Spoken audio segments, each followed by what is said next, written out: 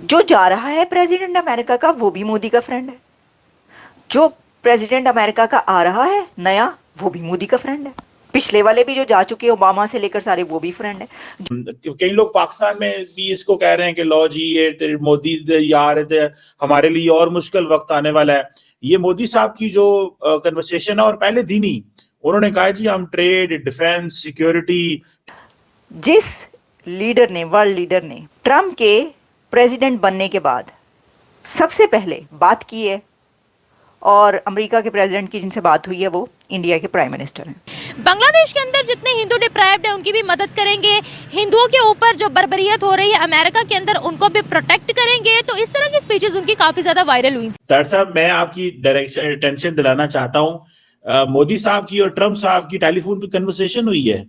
इसको आप मैं आपको बताता हूँ कुछ लीडर्स की, जिसमें बीबी नेतन्याहू की मुलाकात हुई है, नरेंद्र मोदी की हुई है, और मोदी साहब और ट्रम्प साहब ने बड़े, और जिनको कहते हैं ना पपियां जपियां, और बड़ा जनाब क्या बात है, लवी डवी हुए हैं। कौन है यार?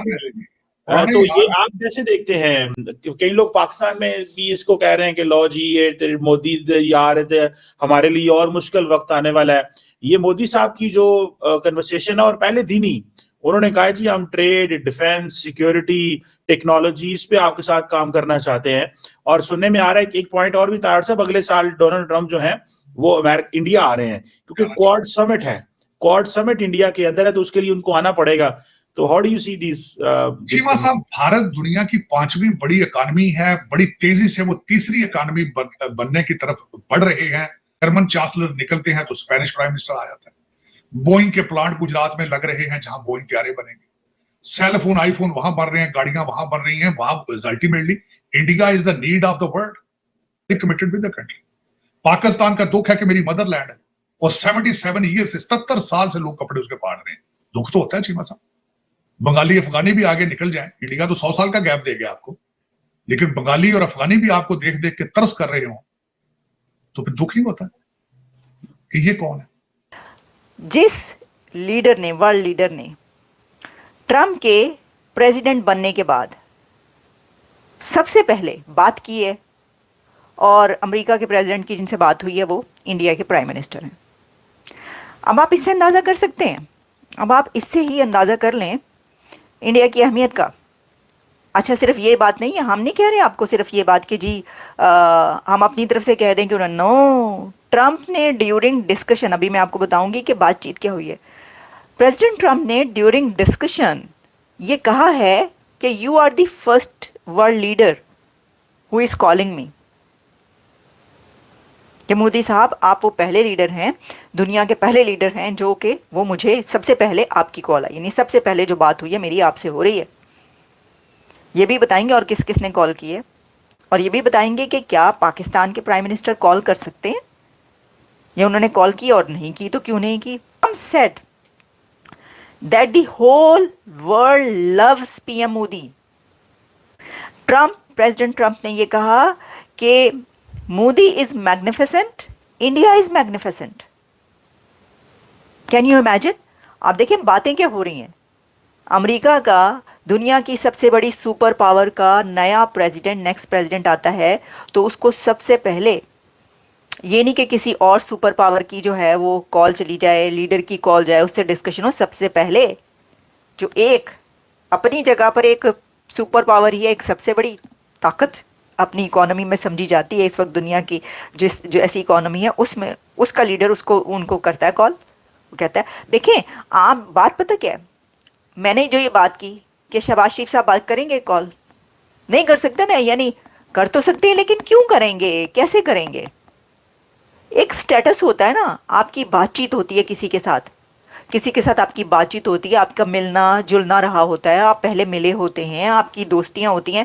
भाई देखे ना, ट्रम्प तो मोदी को ये कह रहा है कि whole world loves PM Modi, और फिर उन्होंने कहा कि he told PM Modi that he considers him and India as a true friend, adding that PM Modi is one of the first world leaders he spoke to after his victory.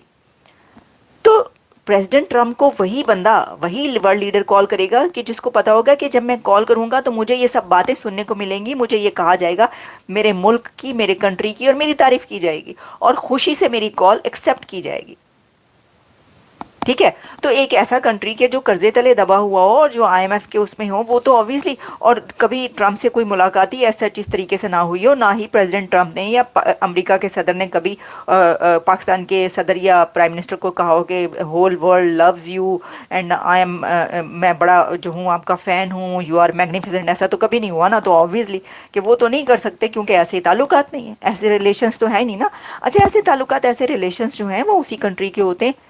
आपको पता है, आप सोचें कि साउथ एशिया का एक country उठ के सबसे पहले क्यों कॉल कर देता है अमेरिका के सुपर पावर के प्रेसिडेंट जो नया बनता है उसको। जरा सोचें, आप सोच के जो डांडे मिलाएं जरा। वो इसलिए करता है कि वो अपने आप को किसी पावर से कम नहीं समझते। वो इस पावर से वो इकोनॉमी में वहां पर है जहां पे पूरी दुनिया के फाइनेंशियल इंस्टीट्यूशंस उनकी तारीफ करते हैं। तो वो इसलिए धड़ल्ले से कॉल करते हैं। उन्होंने की है जी, मोदी साहब ने कॉल की है ट्रम्प साहब को और बातें हुई हैं, लंबी चौड़ी बातें हुई हैं। अच्छा, क्या क्या बातें हुई, मैं उसी तरफ आती हूँ, फिर आगे कुछ और उस पर भी बात करते हैं। इसके बड़े बहुत सारे डायनामिक्स हैं। अच्छा, फिर जो है वो उन्होंने जो मोदी साहब है उन्होंने ट्वीट किया जिसपे उन्होंने कहा, had a great conversation with my friend. अब देखा ना, ये जो फ्रेंड लफ्ज है, जो जा रहा है प्रेसिडेंट अमेरिका का वो भी मोदी का फ्रेंड है, जो प्रेसिडेंट अमेरिका का आ रहा है नया वो भी मोदी का फ्रेंड है, पिछले वाले भी जो जा चुके ओबामा से लेकर सारे वो भी फ्रेंड है, जिन्होंने आगे आने के चांसेस हैं वो भी फ्रेंड है मोदी के, मैं आपको बता रही हूँ। तो ये तो सिचुएशन है सर। डोनाल्ड ट्रंप के प्रेसिडेंट इलेक्शन जीतने के बाद उन्होंने नरेंद्र मोदी से बात करी और इस दौरान उन्होंने बहुत सारे विषयों पर बात करी। इसको सुनकर पाकिस्तानी मीडिया और पाकिस्तानी सरकार काफ़ी नर्वस नज़र आ रही है और उसका रीज़न ये है कि जब पिछली बार ट्रंप पावर में थे उस दौरान ही बालाकोट एयर स्ट्राइक्स हुई थी और जिस तरह की पाकिस्तान की हरकतें हैं, जिस तरह से वो कश्मीर में अभी भी आतंकवाद फैला रहे हैं, उसको देखते हुए कोई बड़ी बात नहीं है कि इंडिया वापस से पाकिस्तान पर उस तरह का कोई एक्शन ले। और यही सोचकर पाकिस्तानी जो इस्टेब्लिशमेंट है काफ़ी नर्वस है, जो कि जिसका रिफ्लेक्शन पाकिस्तानी मीडिया में देखने को मिल रहा है। और वो ये बातें कर रहे हैं कि डोनाल्ड ट्रंप क्या मुस्लिम्स के लिए कुछ करेंगे, क्योंकि डोनाल्ड ट्रंप ने पिछली बार जब वो पावर में थे तो उन्होंने इंडिया के साथ मिलकर काफ़ी उनका साथ दिया था और उन्हें आज़ादी दी थी कोई भी डिसीज़न लेने के लिए। जिस तरह से इंडिया को आज़ादी थी कि वो पाकिस्तान पर हमला कर सकते हैं अगर पाकिस्तान इंडिया के अंदर आतंकवाद फैलाता है, तो इसी तरह के हालात दोबारा ना बन जाए, ये सोचकर पाकिस्तानी मीडिया काफ़ी सदमे में है। और दूसरी तरफ वो कयास लगा रहे हैं कि डोनाल्ड ट्रंप प्रेसिडेंट बनते साथ ही पाकिस्तान के साथ क्या करेंगे, क्या उनकी प्रेसिडेंसी पाकिस्तान के लिए फ़ायदेमंद होगी या नहीं। लेकिन एक बात पक्की है कि भारत के साथ अमेरिका के रिलेशंस बहुत ही अच्छे होने वाले हैं और भारत को बहुत ही ज़्यादा आज़ादी और पावर मिल जाएगी।